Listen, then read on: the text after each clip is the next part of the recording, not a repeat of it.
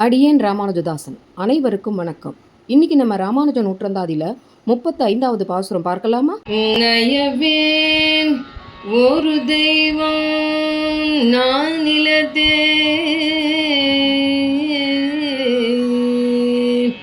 சில மானிடத்தை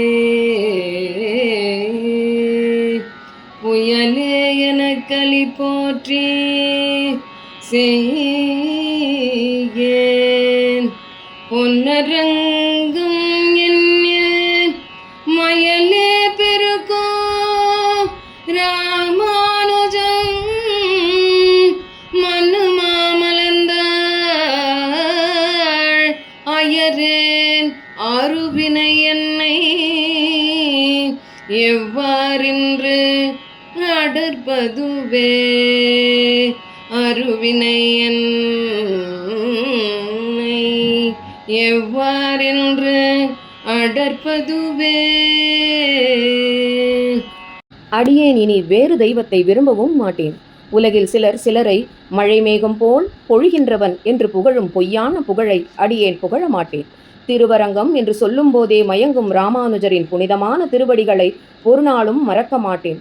அதன் காரணமாக கொடிய பாவங்கள் அடியேனை இனி எந்த விதத்திலும் பற்றி வாட்டாது. போன பகுதியில் அரையர் சேவை பற்றி பார்த்தோம் இல்லையா? இனி திருவரங்க பெருமாள் அரையர் வரதனின் முன்பு இயலும் இசையும் கூட்டி அபிநயித்து பாடியதற்கு என்ன பரிசு வேண்டும் என்று கேட்டார் என்பதை பார்ப்போமா? வாருங்கள். பெருமாள் அரையரே, உம்மை என்னிடம் அனுப்பி வைத்த திருவரங்கனுக்கு மிக்க நன்றிகள். முத்தமிழால் நீங்கள் என்னை குளிப்பாட்டி விட்டீர்கள். அதற்கு கண்டிப்பாக பரிசாக நான் இன்று சாற்றிக் கொண்டிருக்கும் தாழ்வடம், திருப்பரியட்டம், சத்திர சாமரங்கள் அனைத்தும் இவ்வரையருக்கு பரிசாக கொடுங்கள் என்று அர்ச்சகர் முகேன வரதன் சொல்ல, அத்திகிரியானே, இதைவிட பெருமை அடியேனுக்கு எங்கு கிடைக்கும்? வழங்கும் வள்ளல் தன்மையில் உன்னை மிஞ்ச யார் இருக்கிறார்கள்? இருந்தும் இவை அனைத்தும் உன் மேனியில் இருப்பதே அழகு. அடியேனுக்கு இவற்றில் ஆசை இல்லை என்று சொல்ல, என்ன அரையரே, நான் கொடுக்கும் வரம் வேண்டாம் என்கிறீரே, வேறு என்ன உமக்கு வேண்டும் என்று வரதன் கேட்க, வரதா, நான் கேட்ட பிறகு நீ மறுக்கக்கூடாது என்றார் அரையர். வரதனும் வேண்டுவது எதுவாயினும் நம் பெருந்தேவியை தவிர எதுவாயினும் கேளும் என்றார்.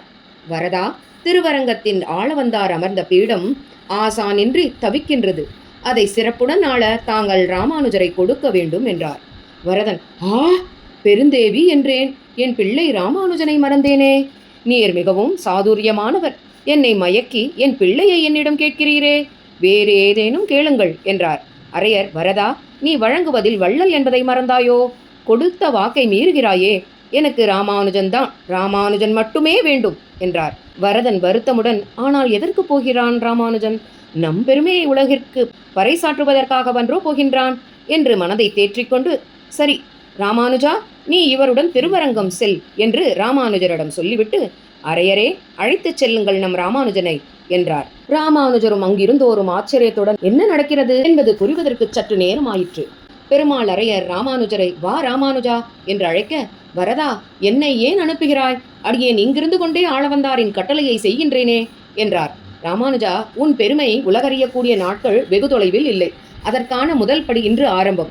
இங்கே வரதன், அங்கே ரங்கன், யாம் இருவரும் ஒருவரே. வா, அங்கே வந்து அரங்கனான என்னை பார் என்றார். காஞ்சி உனக்கு பிறந்த வீடு என்றால் திருவரங்கம் உனக்கு புகுந்த வீடு போன்றது. ராமானுஜர், அப்படி என்றால் அடியேன் கிளம்ப வேண்டியதுதானா என்றார். ஆம் என்றார் வரதன்.